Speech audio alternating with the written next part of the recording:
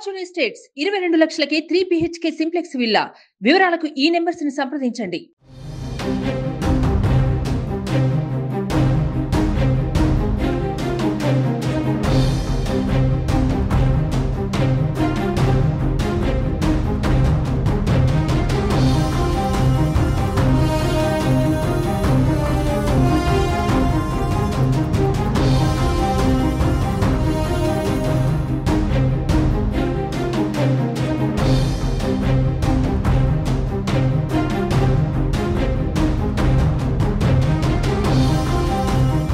ఏపీలో నామినేషన్ల గడువు ముగుస్తోంది. మరో 2 రోజులు మాత్రమే సమయం ఉండటంతో నామినేషన్ల పర్వం కూడా జోరెత్తింది.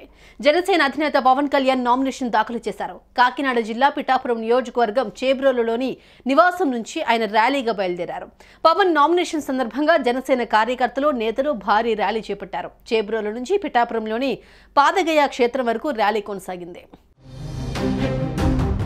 గొల్లప్రోలు టౌన్ ఎంట్రీ హైవే వద్ద పవన్ కళ్యాణ్ నామినేషన్ ర్యాలీ ప్రారంభమైంది. గొల్లప్రోలు MRO కార్యాలయం, సూర్యుడు చెరువు, పిఠాపురం దోళ్లసంత, church centre, Pithapuram bus stand, Uppada bus stand, ప్రభుత్వ ఆసుపత్రి, police station road, MPTO office మీదుగా పాదగయ క్షేత్రానికి చేరుకుంది. అక్కడితో ర్యాలీ ముగిసింది. అనంతరం రిటర్నింగ్ అధికారికి పవన్ నామినేషన్ పత్రాలను సమర్పించారు.